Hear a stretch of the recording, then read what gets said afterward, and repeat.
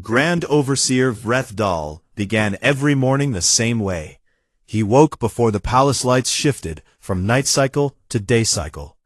He drank a warm broth that his personal cook prepared at the same time every morning. He sat at his desk and read through the overnight reports from his ministers before any of them arrived in the building. He did not do this because anyone required him to. He did it because he had learned, over 30 years of governing the Ninth Dominion, that the man who read the reports first was always the man who controlled the conversation. This morning, the reports were about grain tariffs in the Outer Belt systems, a water rights dispute between two mid-tier colony worlds, and a proposal from the Engineering Ministry about expanding the dry dock facility at Vrath Station. Standard matters. The kind of things that filled the days of running 400 systems. He was halfway through the dry dock proposal when his aide knocked and entered. The aide's name was Sul Fren. He was young, efficient, and had the particular quality of never showing panic on his face, regardless of what he was actually feeling. Vrethdal had selected him for exactly that quality. So when Sul Fren walked in with a slightly too careful expression, the Grand Overseer set down the dry dock report and gave him his full attention. "There is an anomaly on the Kepler approach vector, my lord. Long-range detection flagged it 40 minutes ago." The station commander at Vrath 9 opened a priority channel to the Fleet Admiralty. Vrethdal considered the words. "What kind of anomaly?" "Mass signatures, my lord. A large number of them, moving in formation." "Pirates?" "The Fleet Admiralty does not believe so. The signatures are too large and too organized. They are still running classification attempts." He was not an excitable man. He had dealt with border conflicts, internal rebellions, trade wars, and 2 separate attempts on his life in the course of his career. He did not reach for alarm quickly. But something about the way his aide was standing, the careful stillness of him, made the Grand Overseer set the dry dock report down very deliberately. "Get me a direct feed from Vrath 9, he said. At Imperial Defense Station Vrath 9, the morning shift had begun like any other. Sensor Chief Yellowmon had come on duty, checked the overnight passive scans, signed off on the calibration logs, and settled in for what he expected would be a routine 6-hour watch. Vrath 9 sat at the edge of the Kepler buffer zone, which was one of the quietest sectors in the Empire's territory. There was nothing out there. The occasional debris field, the odd rogue comet, and a lot of empty space. He had been on duty for 20 minutes when the deep-range sensors started returning readings that did not make sense.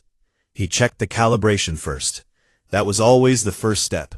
Sensors lied sometimes, especially the deep-range arrays, which were sensitive enough to pick up thermal echoes from dead stars. He ran the calibration check twice. The sensors were working perfectly. He looked at the readings again. The mass signatures were not debris. Debris did not move in formation. Debris did not have reactor outputs. And the reactor outputs he was looking at now were, he stopped and ran the numbers a third time because the first 2 results had seemed like errors. The reactor outputs were at a level that his reference database had no category for, in any known civilization's ship classification system. He flagged it for his supervisor. His supervisor looked at the readings, said nothing for almost a full minute, and then flagged it for the station commander. The station commander opened the priority channel to the Fleet Admiralty within 4 minutes of seeing the data. He did not wait to have an explanation ready. There was no explanation ready.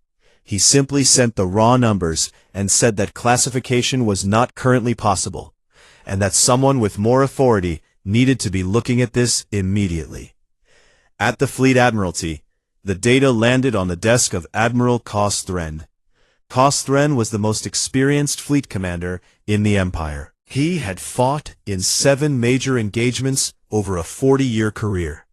He had broken pirate collectives, suppressed 3 different border uprisings, and once, famously, managed a retreat under fire that had saved 11,000 lives when a battle went wrong.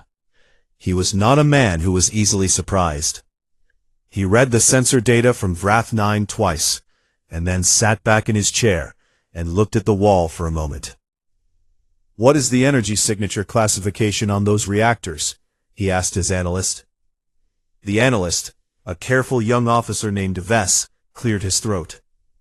"Sir, the closest match in our database is human pattern reactor output, but the levels are wrong," Kosthren said.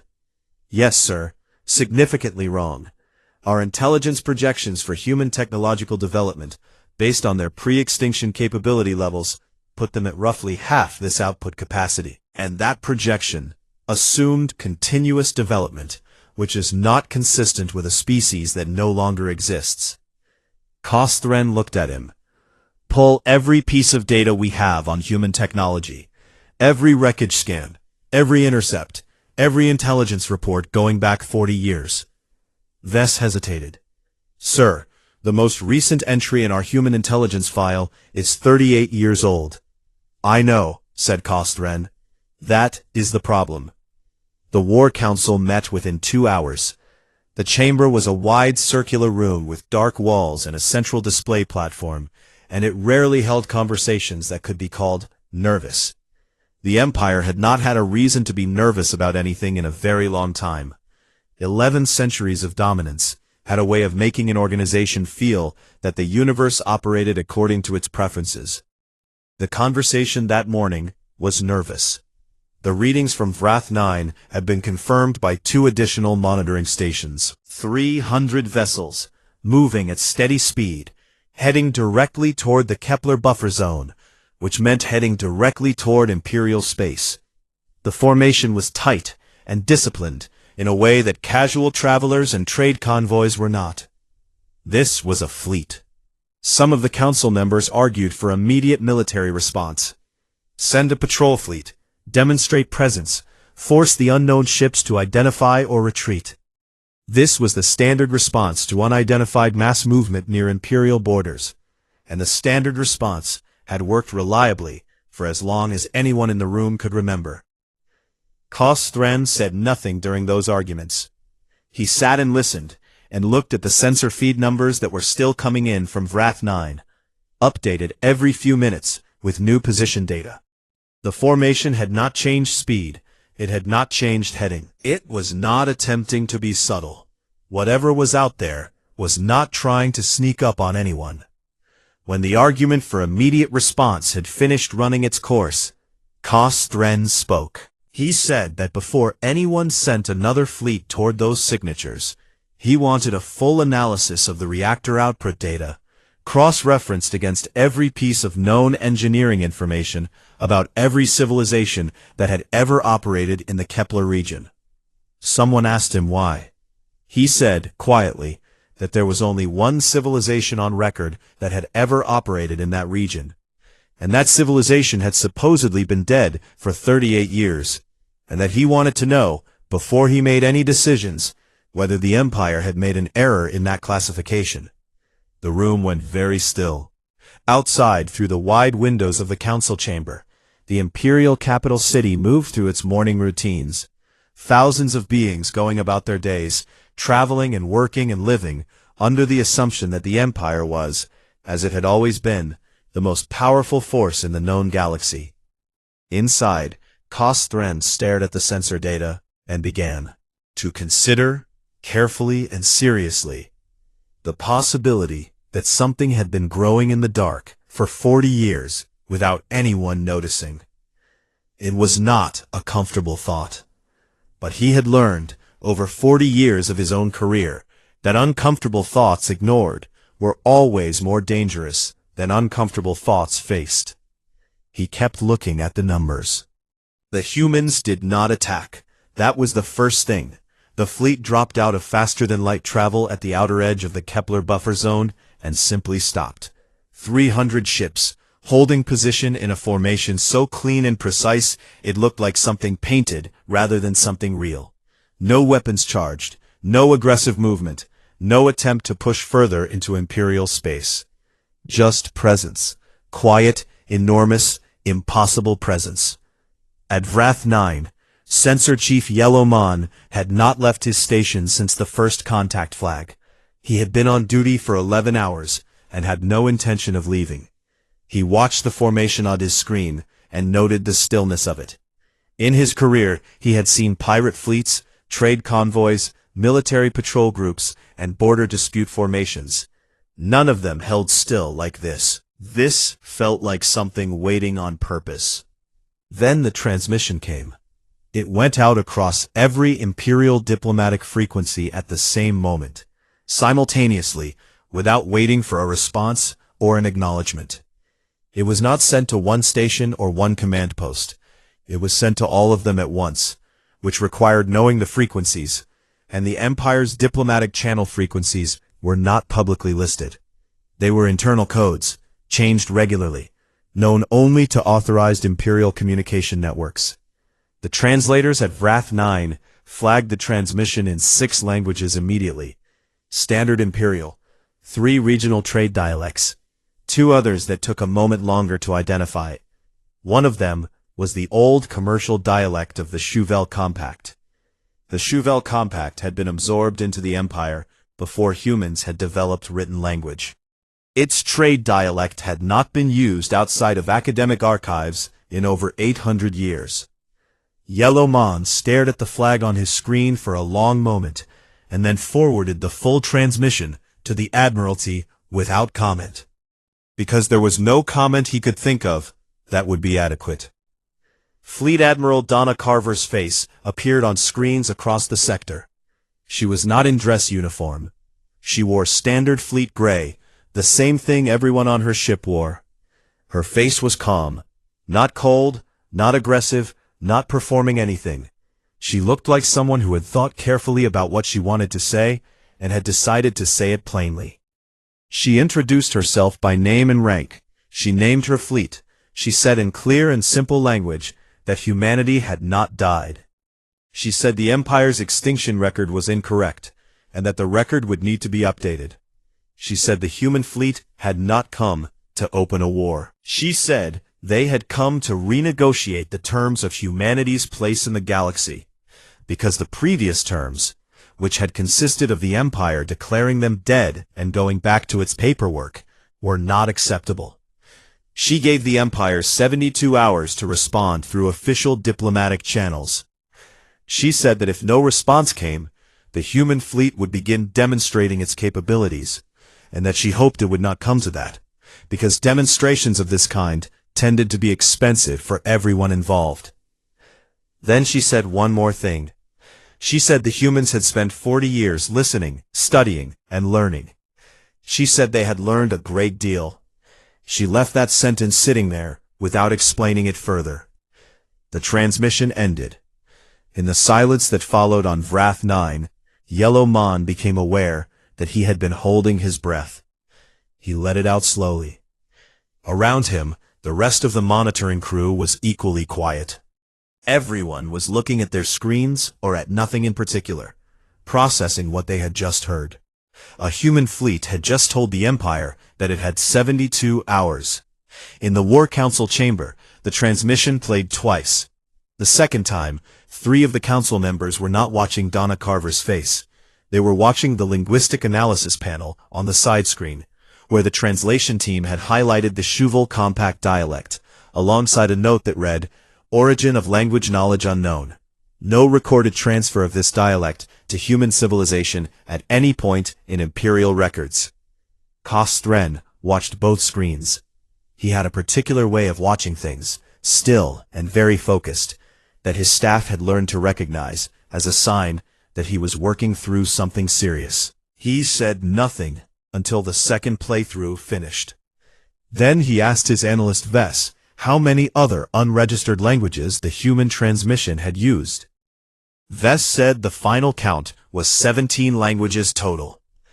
3 of them had no recorded point of human contact in Imperial archives. Kos Thren nodded slowly. He had suspected the answer would be something like that. The humans had spent 40 years in the dark, and they had clearly not spent that time sitting still.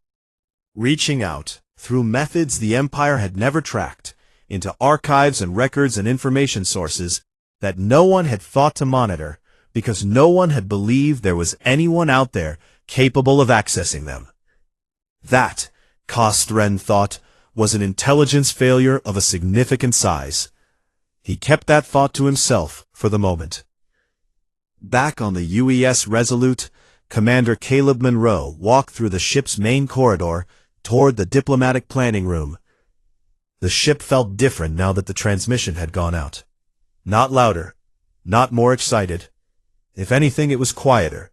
The way a room goes quiet when something that has been talked about for a long time is finally actually happening. He stopped at a junction and let a small group of off-duty crew members pass.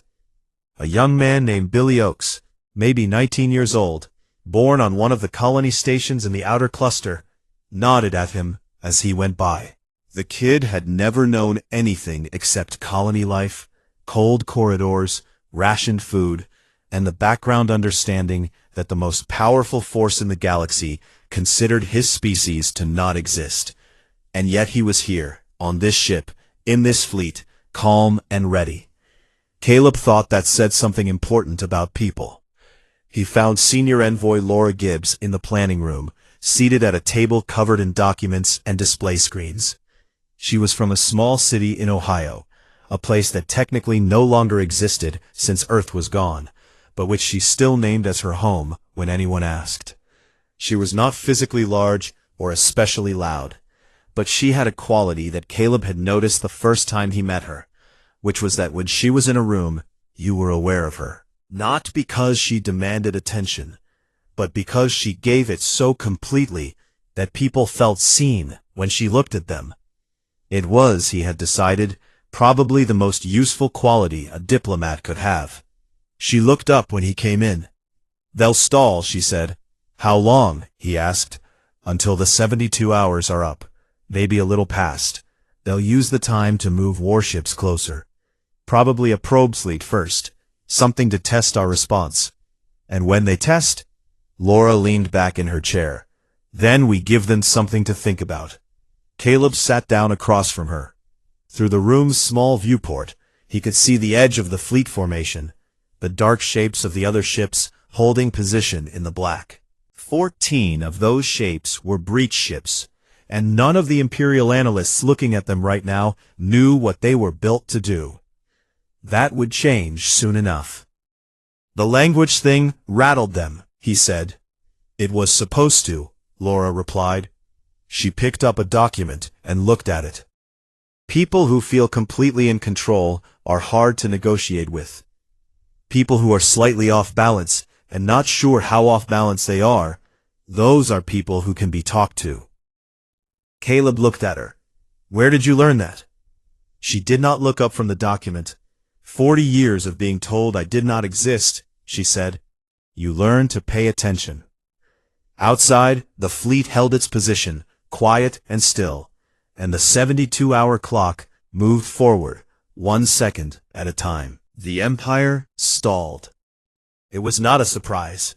Laura Gibbs had predicted it, and she had been right in the same matter-of-fact way she was right about most things. The Imperial Diplomatic Office sent a short message at hour 20, saying they were reviewing the transmission and would respond in due course. Due course was not a timeline. It was a way of buying time without admitting that time was being bought. The War Council used those hours the way it always used uncertainty. It moved ships. The orders went out quietly, routed through secondary channels, formatted as routine patrol reassignments rather than fleet mobilization. It was careful and professional, and from an intelligence standpoint, almost good enough. But the human fleet had sensor systems that had been built specifically for this moment, designed to detect exactly the kind of secondary channel traffic that an empire used when it did not want to be seen preparing for something. On the Resolute, the intelligence officer, a focused and quiet woman named Grace Hollis, tracked the ship movements for 20 hours before bringing her summary to Admiral Carver. She laid it out plainly. 40 warships, mid-class destroyers, moving from 2 different staging points toward the Kepler buffer zone. Arrival estimated at hour 68 of the 72-hour window. Donna Carver looked at the summary. "They're not sending them to talk," she said. "No," Grace said. "The formation pattern is standard intimidation doctrine. Widespread, high-visibility approach. They want us to see them coming." "They want us to move," Caleb said from across the room. "They want to see if a show of force makes us back off before the deadline. If we retreat, they've learned something useful. If we don't, they've still got 4 hours left on the clock to escalate before they technically break the diplomatic window." She stood up and walked to the main display. The formation of 40 Imperial ships was marked in red on the tactical map, their projected path cutting a clean line toward the outer edge of the human fleet's position. They were big ships, not the biggest the Empire had, but big enough to make a statement. Each one carried enough firepower to reduce a small colony station to debris. Donna looked at the red line for a moment. "Get the breach ship crews to readiness," she said. "Passive only. No power signatures until I say." The message went out. On the 14 dark ships at the front of the human formation, crews moved to their stations without rushing. They had run this preparation hundreds of times in training. The breach ships did not look like much from the outside. No visible weapon ports. No large gun arrays. They were long and narrow and plain, and the Imperial sensor teams watching the formation would not have marked them as a priority concern. That was also by design. At hour 68, the Imperial probe fleet arrived. 40 destroyers dropped out of faster-than-light travel at the edge of the buffer zone in a spread formation that covered a wide section of space. They were exactly where the intelligence projections had put them. They held their position for several minutes without transmitting, which was itself a message. It meant, "We are here, we are many, and we are waiting to see what you do." Caleb stood on the bridge of the Resolute and watched the formation on the display. The 40 ships were arranged in a pattern he recognized from the tactical history files his instructors had made him study years ago. The idea was simple. Fill the visual and sensor field of the opposing force with as many ships as possible, spread wide enough that they cannot be watched all at once. Create the feeling of being surrounded, even when you are not. It had worked against border resistance groups. It had worked against pirate collectives. It had worked against every force the Empire had pointed it at in the last 2 centuries. None of those forces had breach ships. Donna Carver let the probe fleet sit for 8 minutes.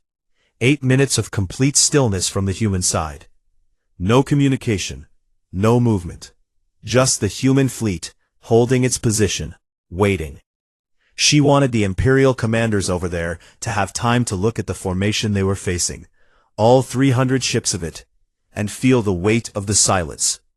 Then she gave the order. The breach ships moved forward, but not toward the Imperial fleet. They spread out laterally, moving into positions that bracketed the edges of the Imperial formation rather than its center. Their movements were slow and deliberate, not aggressive, precise.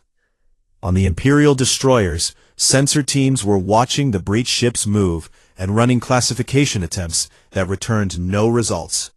The ships had no known weapon profile. They were not charging anything. They were just repositioning. Then the breach ships opened. There was no other word for what it looked like from the outside. Along the hull of each ship, a set of field emitters activated in a timed sequence, and the space around them seemed to pull inward for just a moment, before tearing sideways in a way that made no visual sense, like watching water drain in 2 directions at once. What opened was not a weapon in any traditional understanding. It was a fold space puncture, a localized tear in the geometry of normal space, and the energy that vented through it was the raw compression force of hyperspace transit, focused and directed outward. The effect reached the edges of the Imperial formation in under 2 seconds. The Imperial destroyers were not hit by projectiles. They were not struck by energy beams. They were pushed, caught in a wave of spatial distortion that did not care about their shields or their hull plating or their engine output. Because it was not attacking those things, It was attacking the space they were sitting in. Ships at the formation's edge were knocked off their axes and sent spinning. Navigation systems crashed across 6 vessels simultaneously. One destroyer's engine array backfired from the pressure disruption, and the ship went dark for 40 seconds before backup power restored. Another was pushed nearly 300 kilometers off its position before it managed to stabilize. The breached ships closed. Silence again. Caleb let out a breath he had not fully realized he was holding.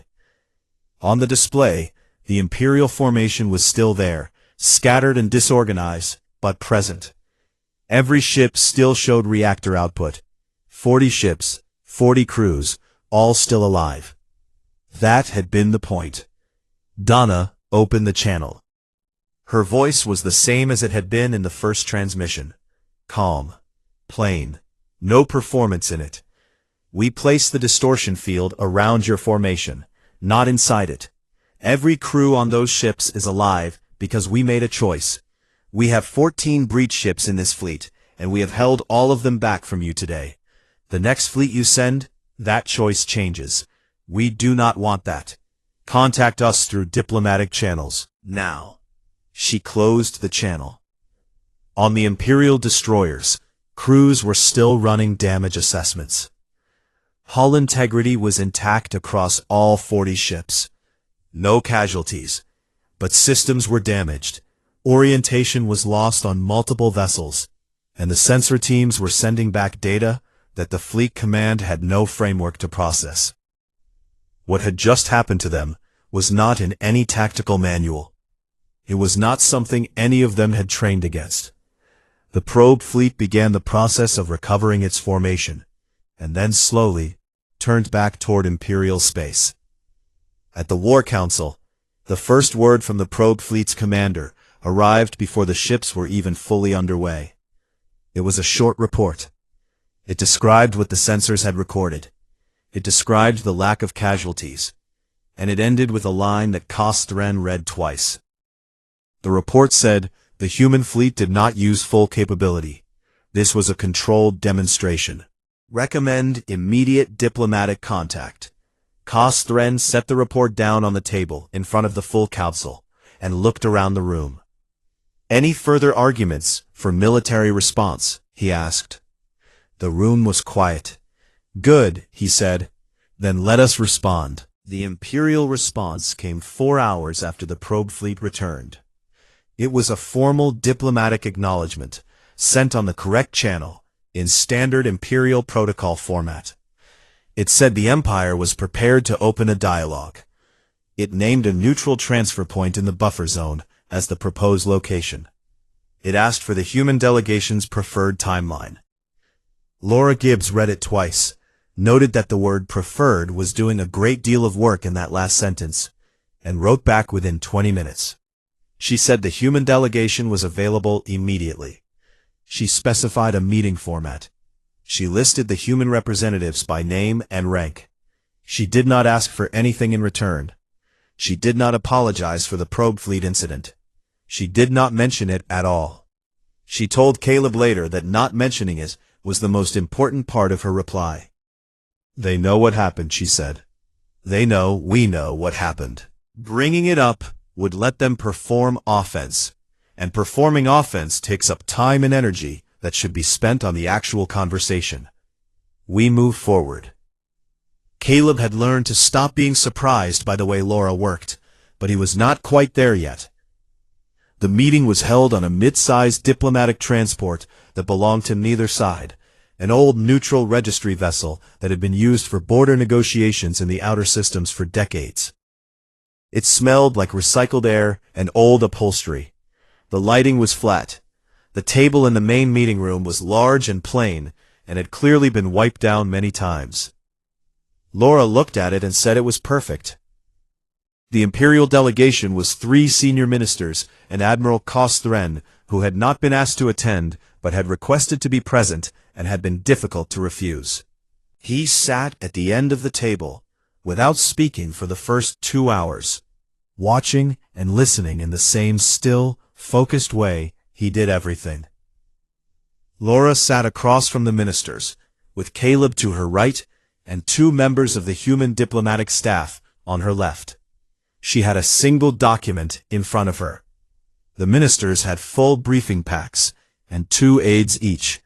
Laura had 1 page. The ministers opened the conversation the way large institutions always open conversations, by questioning the premise. They said the situation was unusual. They said the human presence in this region required clarification.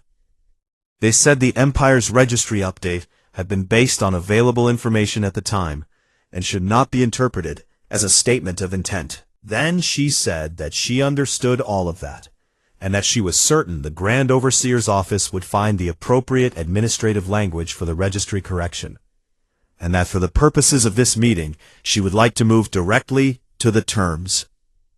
The word terms made one of the ministers shift slightly in his seat. She placed the document on the table. 17 systems.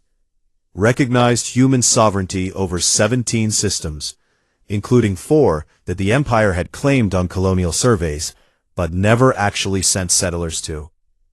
She named the systems. She had the survey dates. She had the colonization status reports, which showed no Imperial presence on any of the 4 disputed systems in the last 30 years. The ministers looked at each other. Then she said trade access, equal terms, not preferential, not managed. Humans could trade in Imperial space on the same terms as any recognized Imperial member civilization, with no additional licensing requirements or tariff structures. One of the ministers said that member civilization status was a separate process involving considerable review. Laura said she understood, and that was why she was also asking for a seat on the Outer Council. The minister who had spoken said that was not possible. The Outer Council was a consultative body with specific membership criteria, and seating a new member would require a full review process and a vote, and was simply not something that could be agreed to in this room. Laura looked at him for a moment. The Outer Council has 43 seats, she said. 18 of them are currently empty, because the civilizations that held them were absorbed into the Empire over the last 2 centuries. We are not asking to replace any current member. We are asking to occupy one of the empty seats.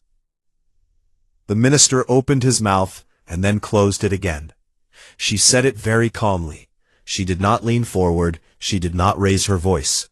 She just said it, and then picked up her document and looked at it as though she was checking something, giving the minister a moment to process without the pressure of being watched. Caleb watched the minister's face. The man was not stupid. He could see exactly what Laura was doing, and he could not find a way around it, because the argument was simply correct. 18 empty seats, no current member displaced, no new precedent in terms of process, just the unusual fact of who was sitting in the seat. They argued about it for an hour and a half.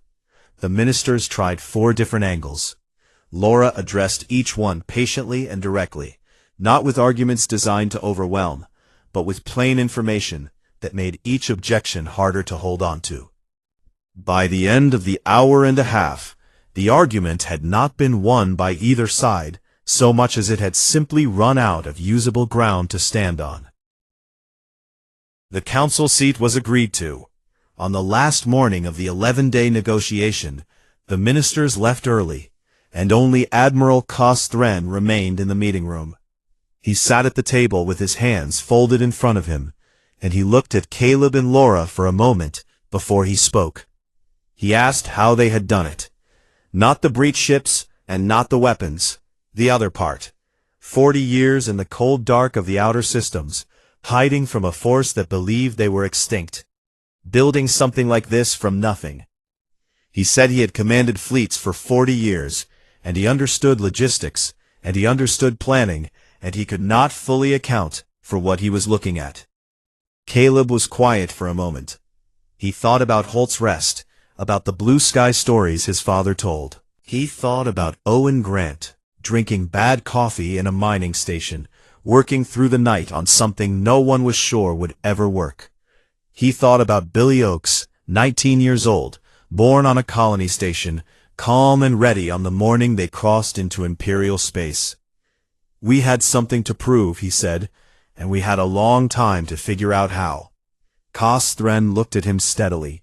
There was something in his expression that was not quite respect and not quite fear.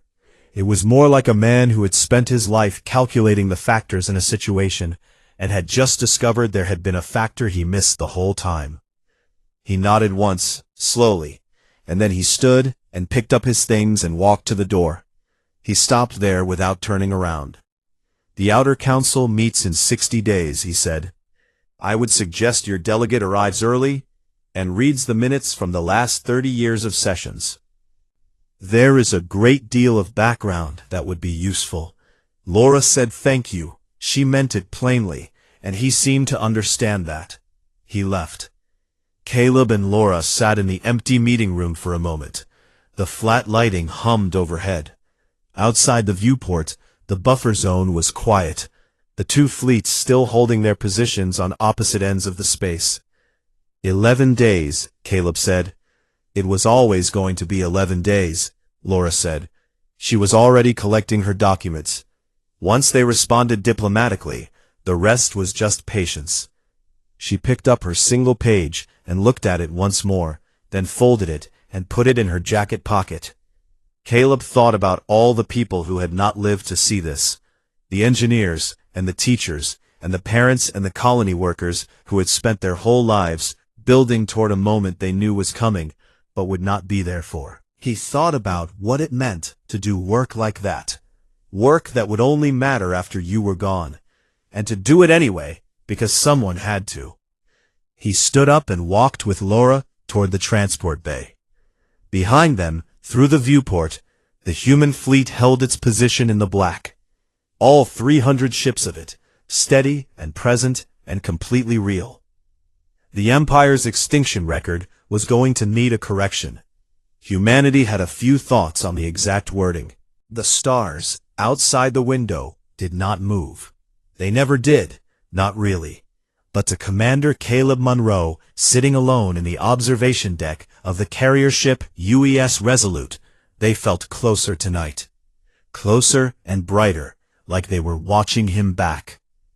He had been sitting there for almost an hour. He did not have a reason he could put into words. He just needed to look at them. These were not the stars above the colony domes he had grown up under. Those stars had been filtered through layers of cold plastic and recycled air. These were raw and real, and they burned without asking permission from anyone. Caleb was 36 years old. He had been born on a frozen moon called Holt's Rest, 12 light years from the nearest Imperial patrol route. His mother had worked in a water recycling plant. His father had been a mechanic who fixed crawlers and haulers, and never once complained about the cold. Caleb had grown up listening to stories about Earth, about a planet so warm you could sleep outside, and the sky was blue in the daytime, actually blue, not the gray-green haze of Holt's Rest. He had never seen Earth. No one under the age of 45 had. Earth was gone. The first colonial fleet was gone. Everything that humanity had sent into the open galaxy 40 years ago had been broken apart by the Galactic Empire at the Battle of Kepler's Veil, and the survivors had run. They had run deep and far and quiet, and they had not stopped running until there was nothing behind them but silence. The Empire had declared the human species extinct shortly after that. It was not a dramatic announcement. It was a single administrative update in their galactic registry. Humanity, status changed. No longer a recognized civilization. Case closed. No one in the Empire had looked back. Caleb stood up from the bench and stretched his back. He could hear the low hum of the ship around him, that constant deep vibration that every person who grew up on colony ships learned to sleep through. It was a sound that meant the engines were working, the hull was holding, and the ship was alive.